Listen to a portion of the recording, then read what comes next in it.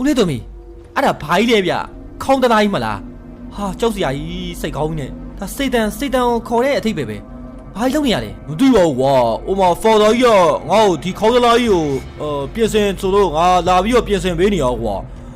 သူပြောပုံရတော့ဒီခေါင်းသားကြီးကိုတရေဖဲအဖမ်းမြော့ထည့်တာမှာတဲ့ငါလည်းတိကျမသိဘူးကွာမင်းသွားမိလိုက်အော်ဟုတ်ကဲ့ကျွန်တော်အိမ်နဲ့ဗျာမသိရင်ဘလူးမသိဗျာငရဲပြည်ရောက်နေလို့ပဲတုတ်တန်စရာကြီးကြနေပဲဒီ UV light တွေကတော့ဘာကြီးလဲမသိဘူးကွာအပြာရောင်မီးရေထွန်းထားတယ်မသိဘူးကွာငါဖာသာကြီးကိုသွားမရအောင်အကောင်းဆုံးပဲဂျိုကာကြီးရတယ်ဟိုမှာဘာလုပ်နေမသိဘူးဂျိုကာကြီးလည်းဟိုမှာခေါင်းလိုက်တစ်ခုပြင်ဆင်နေရကွာမဟုတ် तू တိုင်းဆိုင်နေရဟာယောတိုင်မှာအယိုးကောင်းနေပါလားမသိဘာကြီးလဲမသိဘူးဖာသာကြီးအစင်ပြေလားဗျကျွန်တော်ဟိုမှာကျွန်တော်ညီမယောက်ကိုဦးလေးတို့ပြင်ပို့ထားပြီဗျာကျွန်တော်တို့ဒီညတရေနေရမှာဆိုတော့ဒီ UV light တွေကဘာကြီးလဲဗျ UV light တွေကပြားတွေကိုဝဝေးပြေးစေမဲ့အရာကြီးပဲကွာဒီ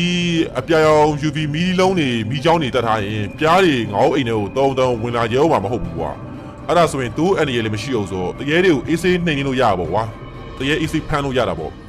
ပြီးတော့ဒီရှင်းမှာငါတရေဖမ်းစာတွေတခြားရေးထားရောကွာဒီစာရွက်တွေကိုတိုးရဲ့နှစ်ဖူးမှာကတ်လိုက်ရင်တိုးချက်ချင်းငြိမ်ကျသွားလိမ့်မယ်အဲ့ကြရင်ငါ့ကိုခေါင်းလိုက်ရုံထဲပိတ်ပြီးတော့ဖမ်းလို့ရပြီကွာဒါမဲ့ငါ့တို့လိုအပ်နေတဲ့နောက်ဆုံးအရာတစ်ခုရှိတယ်ဘာများလဲဗျကျွန်တော်ချက်ချင်းသွားချရေးပါမယ်ဘာလဲဆိုတော့လူရင်းအားပဲကွာတရေကမင်းပြောလို့ဆိုရင်တရေရအများကြီးပဲဒီချက်မကလည်းပို့ပြီးတော့ပေါ်လာနေတယ်ကွာအခုငါ့တို့မှရှိတဲ့လူရင်းအားလုံးပါဝင်မှ၄ယောက်တည်းရှိရကွာအဲ့၄ယောက်ထင်းနေကြတော့